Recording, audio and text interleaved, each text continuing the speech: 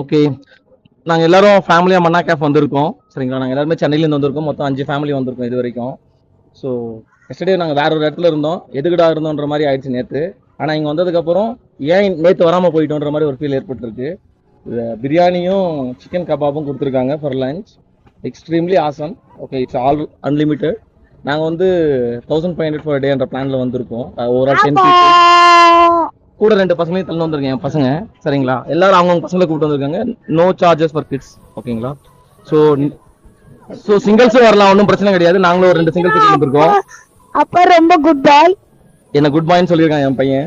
So எல்லாரும் மன்னா cafe வரலாம். So bye பாய்.